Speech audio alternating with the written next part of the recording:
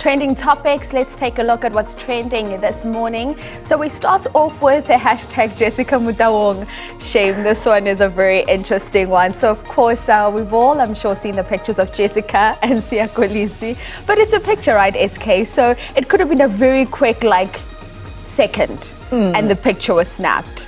Yeah, go make us proud, Siya. Make us proud. Look you in the eye. And, different frames, so you snap this, but of course the Twitterati, now they made more of this, and some were calling for Rachel to come and Rachel, intervene. Come see this side. Rachel, come quickly see what's happening this side.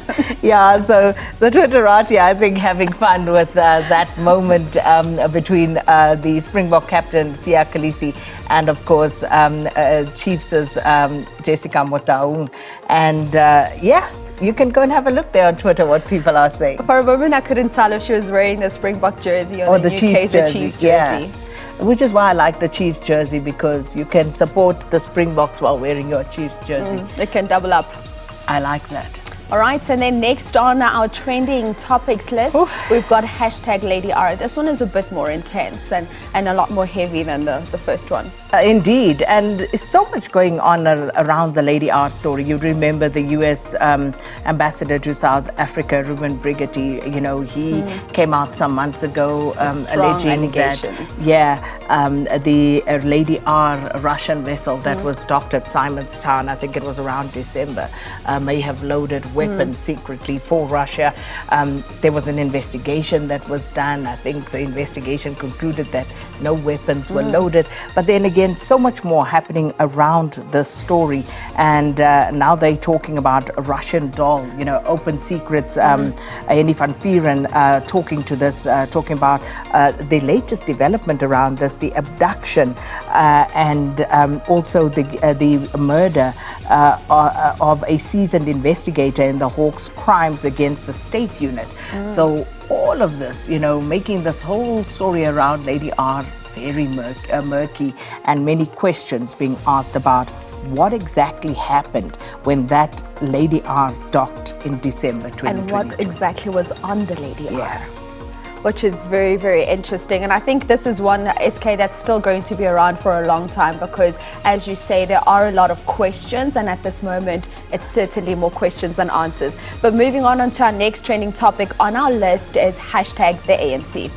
All right, so the ANC, for many reasons, as usual. Obviously, what the party does itself, what others are saying about it.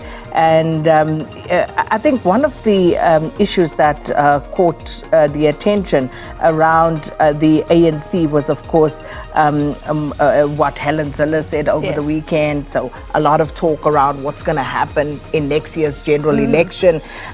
Also, there is, of course, a lecture that was given by Moses Kakane, in which he basically spoke about looking at freedom beyond the ANC.